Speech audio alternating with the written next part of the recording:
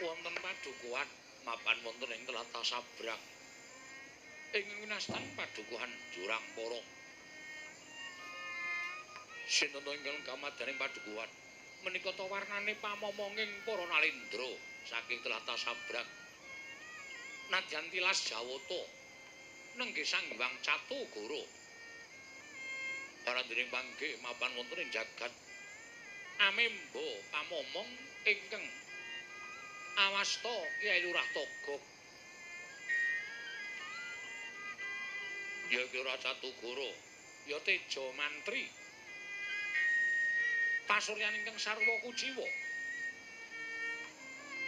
Tutu ingkang sakalakung ageng ngantos kepleh-kepleh. Netra bunder lir jinangka. Pasuryan katingal wus kladuk rengka parandene tasih katingal kukuh bakuh santosa. Ora sajuga nedheng lenggah madyaning pendhapi padukuhaning Jurang Para. Ki Lurah Togog ingkang sineba tuwin sak pejagong kelawan ingkang rayi nenggih Sang Sarawita ya Ki Lurah Bilung. Sawetawis menika sami sapa jagung. Parandene deten wonten tiyos sing pangandika. Parandening mangke dupi. Mulat sawanipun ingkang rayi Ki Lurah Togog sigra merwani pangandikan. Dadi kumangrujing pangandika Ki Lurah Catugara ingkang dereng kababaring lisan.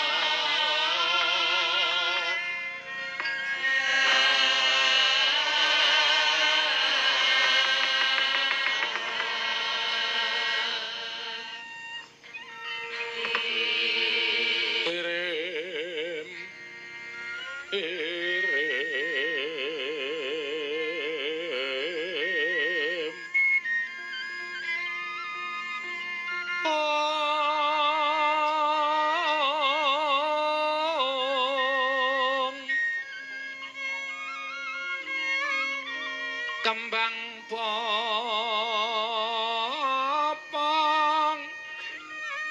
terate bang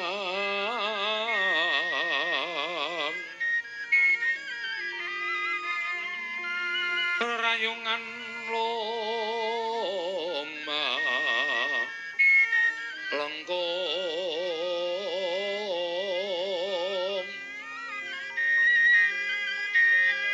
tumalong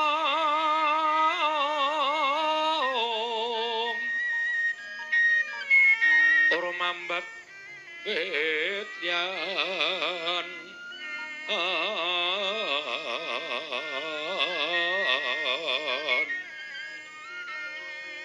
wis semu kang mawur raras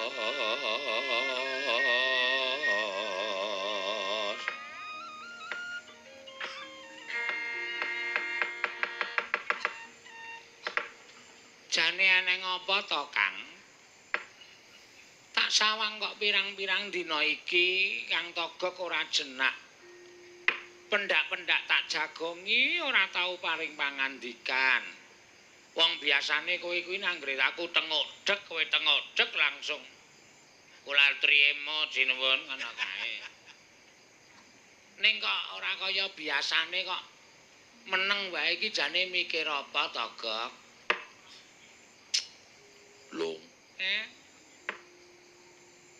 aku ki jane ya wis wong tuwa nek arep tak kandhake kok rasane isin wong aku ki arep kaya ngene wis tuwa tur dasare aku wis wareg mangan gempalaning jagat legiasining kahanan ah iya lah kok susah ki ngapa mbok wis sak titahe kok digawe ngene ya manut digawe ngono ya manut wong sing jeneng awake dhewe iki ana sing murba masesa ya kuwi Gusti Kang Maha Suci. Mula ora usah ndandani pikiran werna-werna, ora usah ndandani penjaluk sing aneh-aneh. Sak murwate mengko ndak dikira cecak nguntal cagak.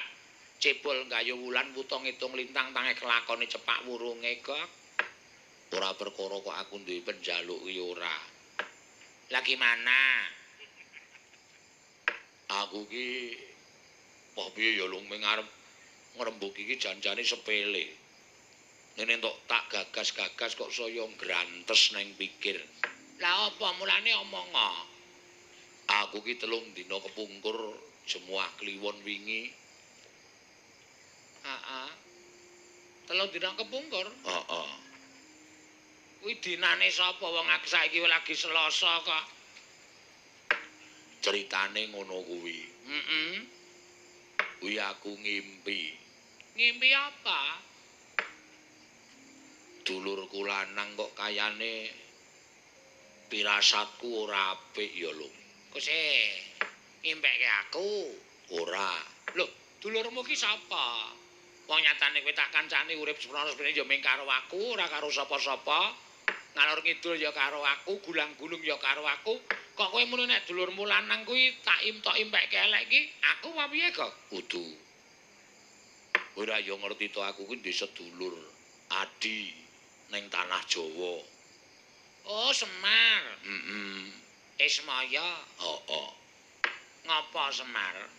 Tak impekke kok ora apik. Semar ki lelayaran numpak baita, ning kok ora ning segara, ora ning Bengawan, ora ning kali. Ning kolah? Ora. Jeneng kapal kok ning kolah. Nyocok cengelmu iki, Pak. Rasane masih tekan. Biasa wae wong sing jeneng omongan ki ya diselani nganggo gojek ngundak sepaneng. Lah iya. Lah terus Semar lenite kapal nendi? Semar lenite kapal ki kok ning Kawah Candradimuka. Loh. Ning Kawah Candradimuka? Heeh. Mongko bengok-bengok pendake ning wong weruh dijaluki tulung, pendake ning wong weruh dijaluki tulung. Gregah tangi saka turu merga wancine wis sesuk. Pitikku jago do kluruk ingon-ingonanku do ting brengok. Wancine gagat bangun esuk. Monggo hitungan impen yen mancing gagat bangun esuk kuwi impen sing ndara dasih. tegese sing puspa tajem, impen sing bakal kasembadan. Ah, mbah ya wis, Gak. Ngapa tak kowe iki nggagas impen barang ki? Wong kowe iki biasane ora tau gagas impen. Lah kok saiki kok tok gagas banget nganti kowe ora tau omongan karo aku, mergo gagas adimu si Ismaya nggone ngimpi numpak kapal ana ing tengahing Candradimuka. Durung rampung lehku cerita. Terus bareng tekan tengah kawah ora kanthi kanyono-nyono ana ombak wujud geni ingkang nyampluk baita sing ditumpaki Semar. Heeh, terus lah kok kapalin jumplang. Semar klelep ana ing kawah Candradimuka, aku ora iso nulungi piye-piye, bisane ming mes padhakake. Bar kuwi terus geragapan aku golek banyu tak nggo raup. Terus aku meneng bae tak pikir-pikir kok impen kok le medeni timen. Nggo gegek dulurku lanang kena ngopo-opo ya lung. Mongko ora iso sarta ora duwe keludhangan ngabari karo aku. Wong ning jagat ya mung aku karo Semar karo Ismaya. Nek kaya kowe iki rak kanca sing maringi Sang Hyang Bathara Wenang. Semar kae kancane jan ya mung siji, mung Bagong sing dumadi saka ayang-ayangane Semar sing diparing karo Sang Hyang Bathara Tunggal. Nek nganti dulurku eneng apa-apa ora prayoga kedadeane. Lah piye? Ditiliki mrana apa piye? Ya ora apa-apa nilai karo dulure lanang kok. Nggo ngeyem-yemi pikirmu lho, Gok. Nek pancen pikirmu ki grangsang, duwe pikiran sing werna-werna tumrape ngadimu ki, ayo tak terke ora apa-apa tiliki mrana, Gok. Tarikat lampahing rata tanpa antara. Prateng sukuning arga ram kang mingal dendeng saengga praja.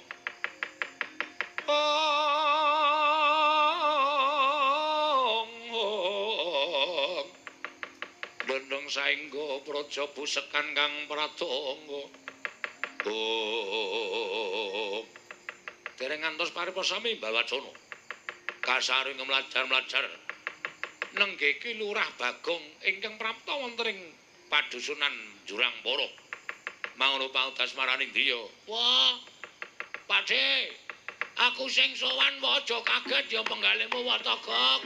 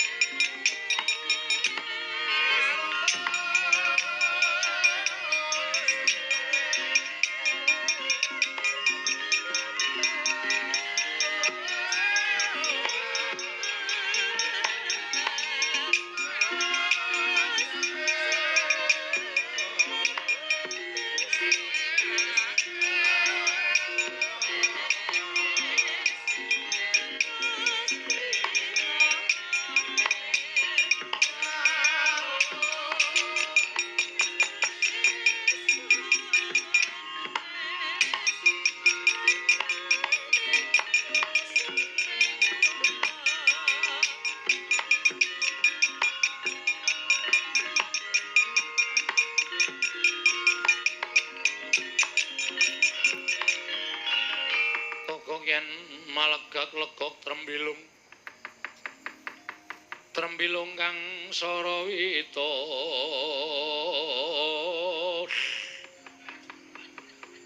tang sarawita sabu bandil ing iki ora pangling rak Bagong to Pakde. Lu ngopo ora kaya biasane kowe iki sowan ning kene kok teka-teka kok malah saja kaya wong bingung. Wedan tambah sugih kowe. Iya.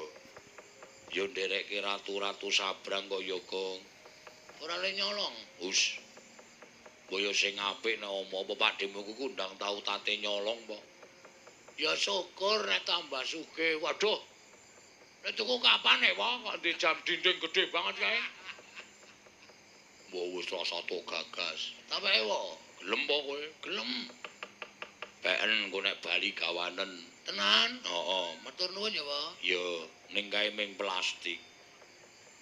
Jame ora obah, ya ming jam 5 terus. Oh, piye nek upama dikeprokke kowe, Pak? Wah, senengane kowe iki nek njaluk dikeki nek diblakani nesu. Anggo abrak apa? Jam plastik kok diwenehke ora.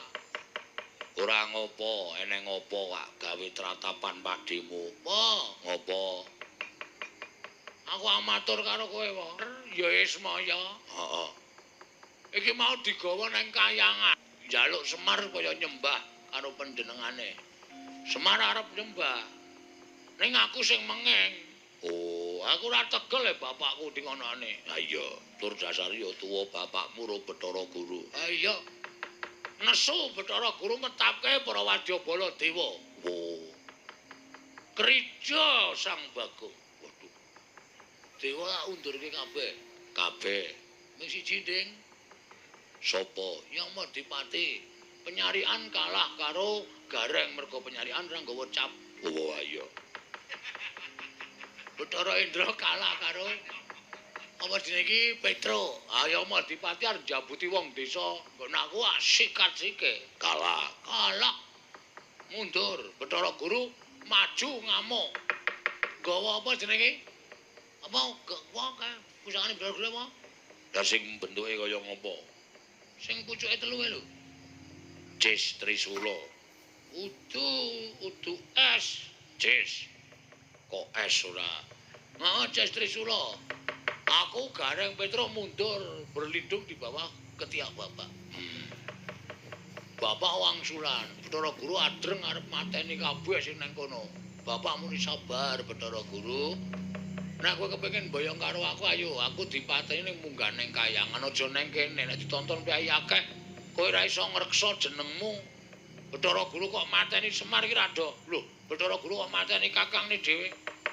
Mula terus bapak duwe penemu nek ayo aku nek arep pateni ana ning kayangan. Dadi ora ana wong weruh, sing weruh ming dewa-dewa tur ora wani tumindak apa-apa mergo dewa-dewa do wedi karo kowe. Bapakmu muni ngono. Heeh.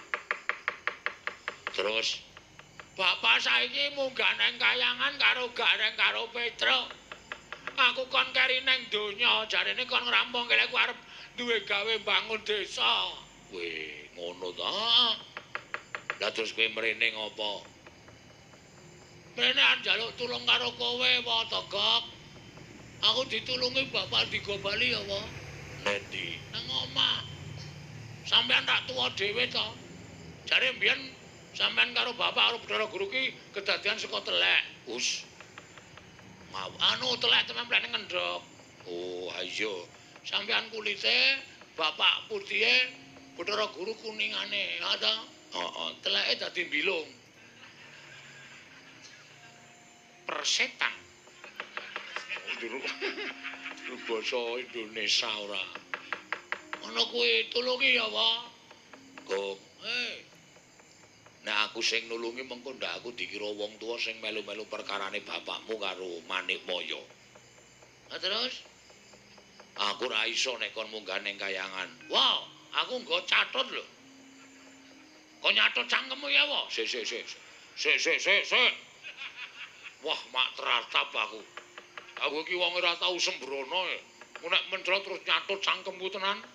Iki serius iki. Nek ora gelem ngewangi anakku, ora gelem balekke bapak, asli tenan catet. Tak benggang nggo kunci Inggris sangemu. Men saya apa? Sik. Aku ora gelem ngewangi ning iki aku duwe cara. Caramu piye? Sing ngewangi kowe dhewe wae. Aku? Heeh. Lho kekuatanku apa? Ning ora wujud Bagong. Lho wujud apa? Nek wujud Bagong kok ndak ketok nek kowe nulungi wong tuamu. Terus wujude kowe wujud sapa wae sakarmu. Engko tak nehi daya kekuatanku munggah ning kayangan kowe dadi wong digdaya. Yakin? Yo. Saiki kowe pengine dadi sapa? Aku sing dadekke kowe dadi sapa? Dosamu kok? Moh. Iki Ratu Angkara Murka kok dadi ya sing apik-apik. Dadi sapa? Milya. Setyaki. Mah, ndak jotosan terus aku wegah. Ah sapa? Kok Abimanyu. Ah ora bagus malah kecentelan rondo pirang-pirang perkoso ling ngragati manen. Ming wong kere kaya ngene. Ora jane nek tok seneng iki pengen dadi apa? Nek siwa iso ndadekake aku, njaluk dadi Raden Werkudara wae. Wah, ora sing aneh-aneh, Gong. Yo ki mung cilik kaya ngono kok. Berarti ora iso. Nek iso dadi apa-apa iso. Iso le iso ning boyo triyane. Ora, catet cangkemmu. Yo. Yo tak dadekke. Tak dadekke. Wah, kok wancamane ming cangkem terus to iki. Apike cangkemmu wae? Iso kemlebet kaya gendera e. Oh ya wis ben ora. Wis wani dadi Raden Werkudara. Wani, kok nek ketemu Raden Werkudara tenan kowe nanggung dhewe perkarane. Tak tanggunge. Wis, aku piye carane, Pak? Ngadeg. Ngene. Sedakep. Ngene. Merem. Melet. Catet ya ora. Rasa nggo melet. Wis ngampet ambegan tak cipta. Ya, tenan lho. Iya. Ngapusi atuhnya tenan. Ora. Dibuat jadi anjing saja kok. Kuwi borokan muni piye iki, Mang? Tak klithiki ndasmu kowe. Mulung aja tok beda iki nek wong nekat tenan ndulungi, nek nekat nyemelangi. Wis tak suwunke ngersaning Gusti ya, muga-muga kasembatan panjang kamule. Ing Tan Samar pamoring sukma sinupmaya winayu ing asepi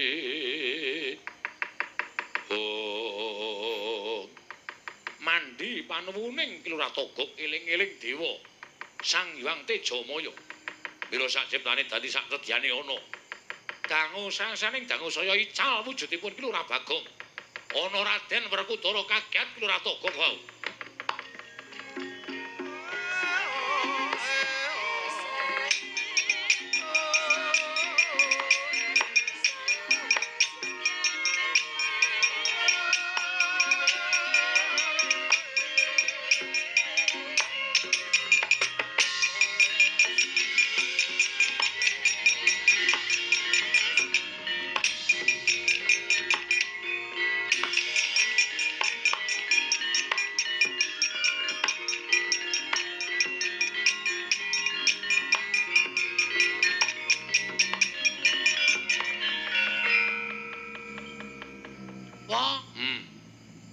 Dadi aku.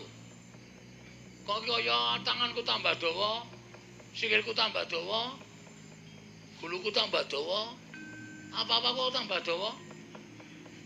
Iki kok ya tambah dawa dhewe ya iki, Gok. Ora wis wujud Raden Werkudara. Waduh, gleleng. Ayo, Werkudara ki ora lungguh ngisor lungguh dhuwur. Jumeneng aja pisan-pisan Werkudara lungguh ndak konangan. Siap. Wis. Malangkere.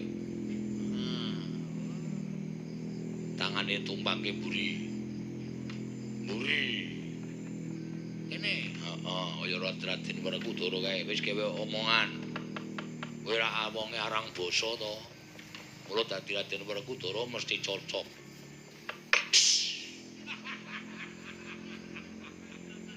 Apa kuwi? Werkudara iki arep omong ngeses e. Aku kaya ban gembos. Madhes ngono. Ngono. Wah. Ora wangun, Gong. Gedhe kok ya suarane. Iki paling gedhe. Ngampet iki pisan. Swara wetenge. Coba digedhekke meneh, didhemke mbok menawa ana regetane. Kene lho. Kene nggo tadah itu. Wes. Jangan kok kuwi pakecoan. Coba suarane sing gedhe. Ngerem dasmu. Wah, karo mane gedhe ngendas-ndaske. Iki lagi latihan diganggu. Oh ya, ora tak ganggu. Kok saya cilik gembose. Kok saya sithik. Wong nguyuh ae wis sithik. Maune ngono entek ya ngono. Wah.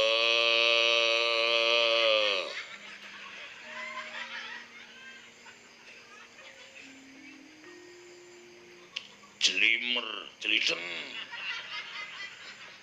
Jlideng kakangku.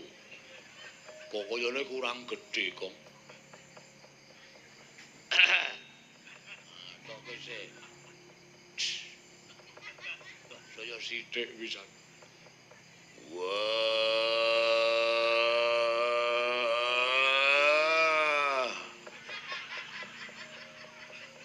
Jlideng kakangku.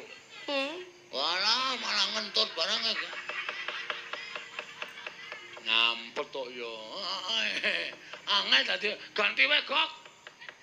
Ganti Ndara Kresna wae. Mo wis ora iso wis sane kuwi ya kuwi. Waduh iso konangan ya. Bahasane biasa wae ya iso karemu. Wah, kuwi. Kuwi. Nang ngene iki mung sithik.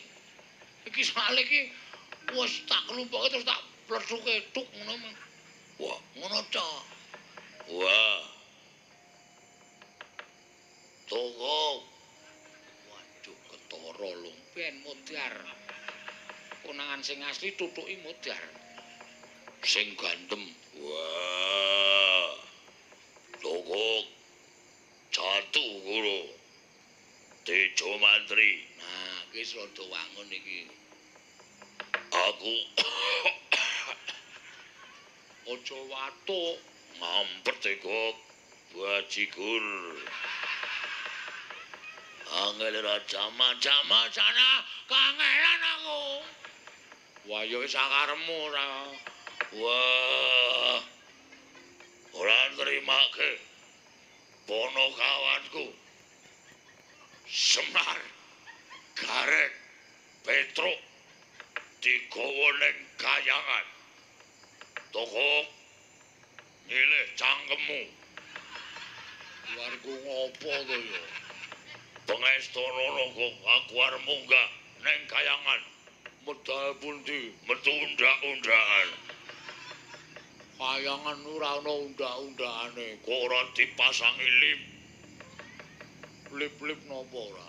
Kaya ning pundi mawon lip-lip ora.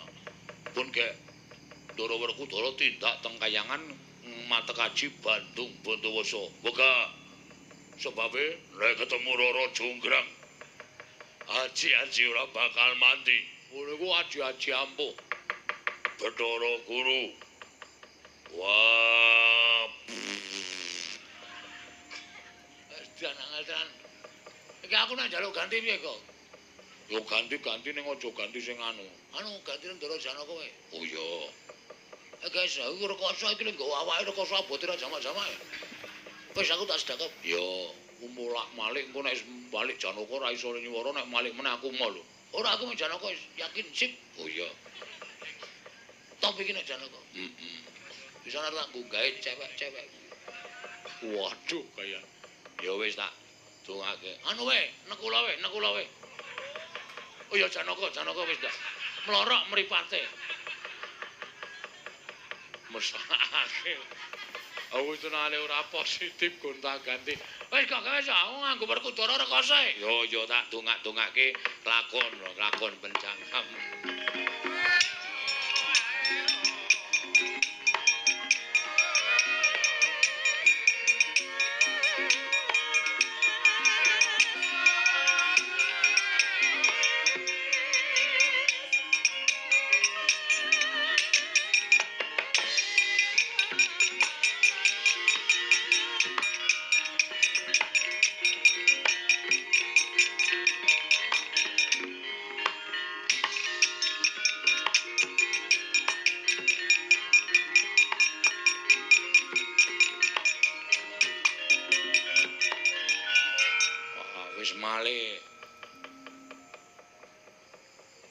Wis malik toga. Wis. Lam-lam berjiwatan. Boyo mira boyo ingsun sun permak kathok ejin. Kowe iki dadi apa-apa ora wangun ya, Gong. Wis ngono kuwi wae. Togok pripun Ndara? Nah, linggung ngisor Togok. Aku bendaramu. Walah-alah gawe aku ya ngrekasake. Ora sangger sula tak catut cangkem. Janaka kok nggo catut iki cara ngendi? Kiai Catut Pambelah Jagat. Pusakaning Raden Janaka Togok. Nggih, pun gek minggat teng kayangan adi kula Semar dislametke. Iya Togok. Pamujimu tak jaluk. Aku njaluk kanggo syarat munggah kayangan slamet ana ingkang kudu dadi tumbal. Sinten kae borok mburi kae. Mbok lunga. Ora kajen ket mau. Lakon iki kirik tenan kok. Mane gre diborak-borokke. Aku budal munggah marang kayangan Togok. Sing ati-ati ampun kados lari alit kula dongak-dongake kasembatan penjangkane. Iya Togok minggiro. Aku arep joget. Oh nggih. Kakang Semar aja kuwatir aku ingkang bakal sumusul marang sira Kakang Semar. Tak slametke Kakang. Yen Kakang wis ketaton Kakang wis rumangsa duwe tatu sarta wis kedrawasan aja kuwatir. Mengko tak gawake oksigen supaya Kakang Semar tetep urip ana ing Madyapada. Kakang Semar